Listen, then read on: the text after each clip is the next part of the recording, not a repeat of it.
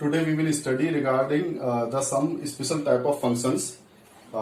Different type of functions है ये. तो पहला इसमें मैं आपको बताऊंगा लीनियर फंक्शन.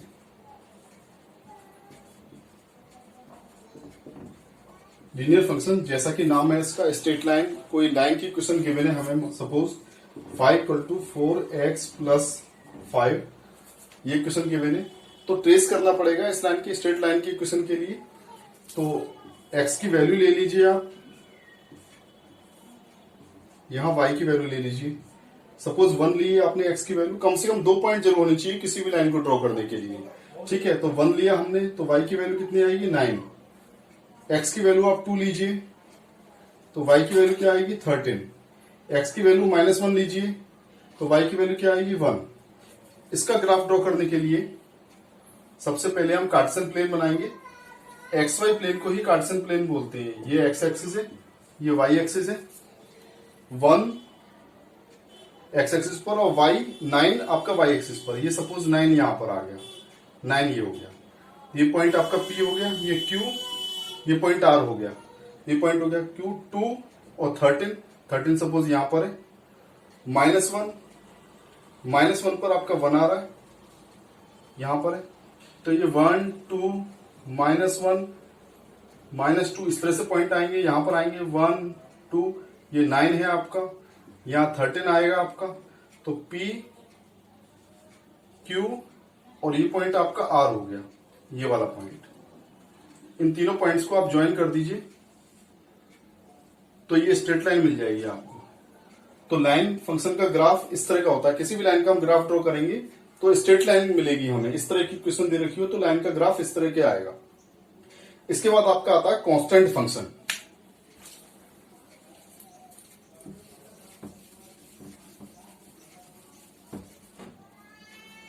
Second,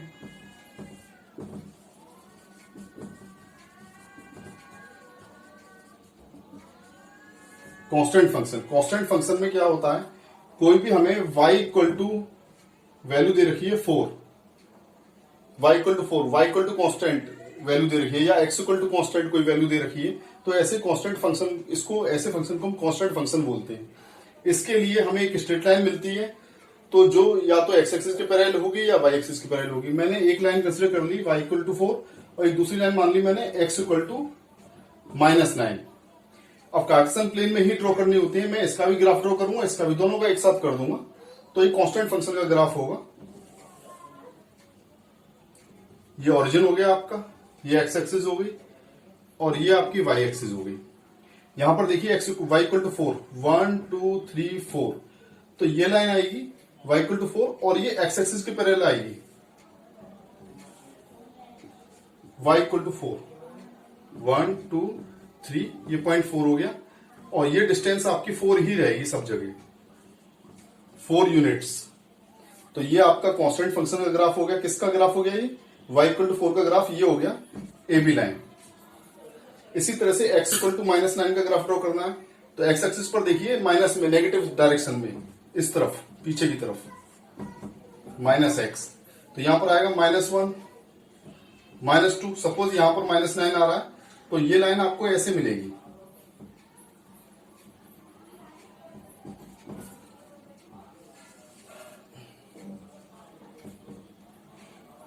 LM. ये देखिए इसकी डिस्टेंस फिक्स होगी हर जगह, 9 यूनिट्स होगी. यहां से देखने तो भी 9 यूनिट्स होगी. तो ये आपका ग्राफ हो गया x = -9 का, और ये वाला ग्राफ आपका हो गया y = 4 का. तो यहां तो मैंने वैल्यू लेके दिखाई है. कोई कांस्टेंट वैल्यू भी हो सकती है, y = k भी हो सकता है. तो y = k मतलब line will be parallel to x axis, और x = कांस्टेंट दे रखा है तो line will be parallel to y axis. आप ये देखिए y = 4 मिला था तो हमने लिखा था, ये लाइन ड्रॉ की थी. तो जो भी किसी भी लाइन में y = कांस्टेंट दे रखा हो, तो the all lines which are in which we are having y = constant, y = k is a constant, those lines, all lines will be parallel to x axis. And where we are having x = -9, then all those lines they will be parallel to y axis. तो ये आपका constant function हो गया. Constant function में हमें lines या तो x axis की पैरेलल मिलती हैं, या y एक्सिस के पैरेलल मिलती हैं, या x एक्सिस होती है खुद x इक्वल टू 0 हो गया तो y एक्सिस हो गया, y इक्वल टू 0 हो गया तो x एक्सिस हो गई वो। इसके बाद आपका आता है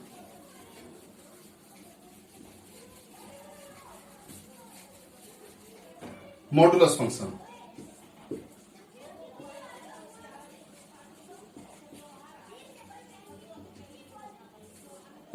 y इक्वल टू आपका एफ एक्स, कोई फंक्शन दे रखा है मॉडुलस x। तो मॉडुलस x का क्या मतलब हुआ, x अगर 0 से बड़ा है या 0 है तो इसकी वैल्यू x ही रहेगी, और x की वैल्यू अगर नेगेटिव है -4 -5 है, और मॉडुलस कहता है कि हम पॉजिटिव वैल्यू लिखते हैं हमेशा। मॉडुलस -4 तो 4 आएगा, मॉडुलस -9 तो 9 आएगा। तो यहां पर x अगर आपका नेगेटिव है तो हम इसे -x लिखेंगे। अब बात आती है इसके ग्राफ की। तो ग्राफ ड्रॉ जब करते हैं हम,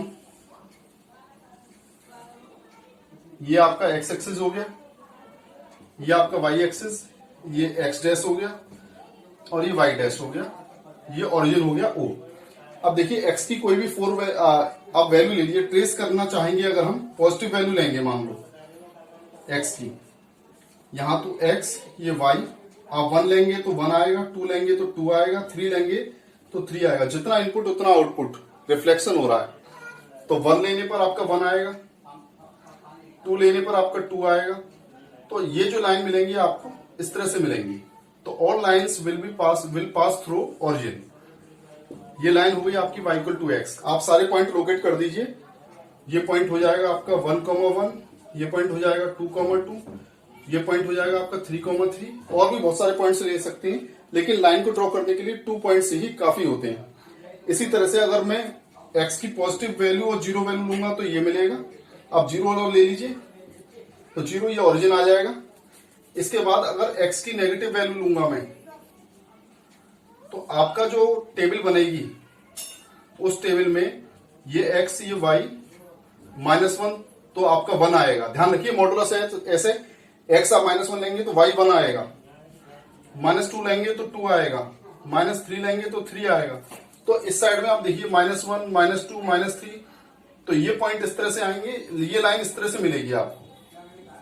तो y इक्वल टू -x इस तरफ आता है, y equal to x plus इस तरफ आता है। तो ये ओवरऑल ये पूरा ग्राफ किसका है, y equal to modulus x का है। तो मॉडुलस फंक्शन आपके रिप्रेजेंट इस तरह से होते हैं।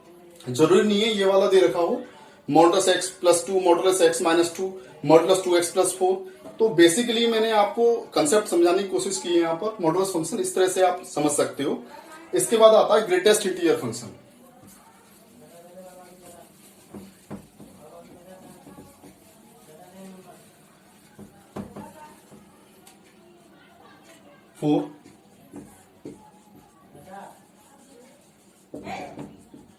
इंटीजर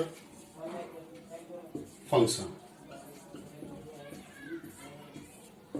तो ग्रेटेस्ट इंटीजर फंक्शन में कोई फंक्शन दे रखा है आपको ग्रेटेस्ट इंटीजर, ये ग्रेटेस्ट इंटीजर का साइन है। तो x यहां पर रियल नंबर है कोई, x की वैल्यू अगर हम पॉइंट में लगाएंगे 1.2, अगर इंटीजर लगाएंगे तो वही इंटीजर आ जाएगी। अगर 1.2 लगाएंगे तो ग्रेटेस्ट इंटीजर 1.2 आपका 1 आएगा। फ्रैक्शनल पार्ट छोड़ देते हैं क्योंकि इंटीजर फंक्शन है। x की वैल्यू हम -3.4 लगाएंगे तो -3.4 को हम लिख सकते हैं -4 प्लस 0.6। अगर मैं इसका निकालूंगा ग्रेटेस्ट इंटीजर -3.4 का, तो इसको मैं लिखूंगा -4 प्लस 0.6, तो -4 आ जाएगा। तो नेगेटिव फंक्शन का ऐसे देखते हैं, और ऐसे पॉजिटिव फंक्शन का देखें। अगर x आपका पॉजिटिव है तो ग्रेटेस्ट इंटीजर 1.2, तो 1 प्लस 0.2, तो 1 प्लस 2/10। फ्रैक्शनल पार्ट छोड़ देंगे, इसको नहीं लेंगे, इसका आंसर 1 आ जाएगा। 2 पॉइंट समथिंग, 2 और 3 के बीच में जितने भी नंबर होंगे 2.4, 2.5, 2.6, उन सबकी वैल्यू 2 आएगी। 3 पॉइंट समथिंग होंगे पॉजिटिव में, 3.1, 3.2, 3.4, 3.5, 3.6, बहुत सारे नंबर बनेंगे इनफाइनाइट। तो उन सारे सबका पॉजिटिव नंबर का ग्रेटेस्ट इंटीजर 3 आएगा। ऐसी 4 के लिए, ऐसी नेगेटिव नंबर के लिए होता है। अब इसका ग्राफ ड्रॉ करने के लिए आप देखिए,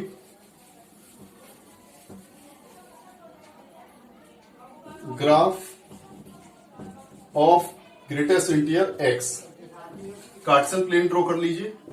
ये y एक्सिस, ये x एक्सिस, यहां पर 1, यहां 2, यहां 3, यहाँ 4, यहां पर देखिए 1 2 3, यहां देखिए -1 -2 -3 -4, यहां देखिए -1 -2 -3 -4।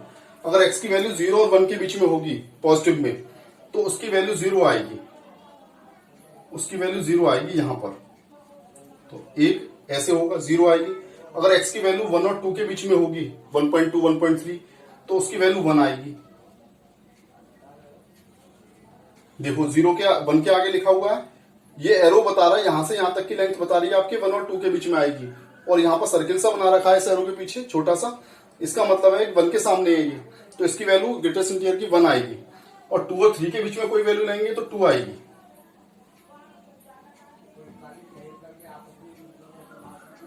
और 3 और 4 के बीच में कोई वैल्यू लेंगे तो 3 आएगी।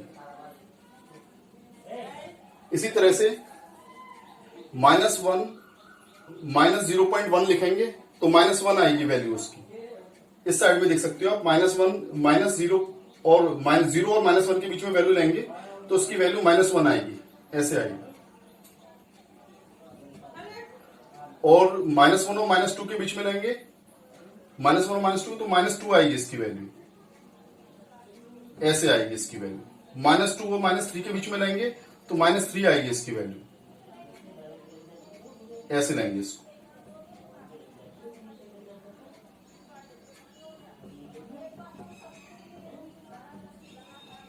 -3 के सामने आएगी, -2 और 3 के बीच में लेंगे। तो ग्रेटेस्ट इंटीजर की वैल्यू को आप इस समय इस ग्राफ से समझ सकते हैं। ग्राफ इसका इसी तरह से बनता है, ठीक है। तो नेक्स्ट वीडियो में मैं आपको इसका एक फंक्शन और रह गया, पॉलिनोमियल फंक्शन और इनवर्स फंक्शन, इनके बारे में डिटेल में बताऊंगा। थैंक्स। और आपको मेरा वीडियो ये टॉपिक पसंद आया हो तो लाइक करिए, शेयर कीजिए और सब्सक्राइब करिए। सब्सक्राइब करना मत भूलिए और लाइक करना मत भूलिए। Thank you.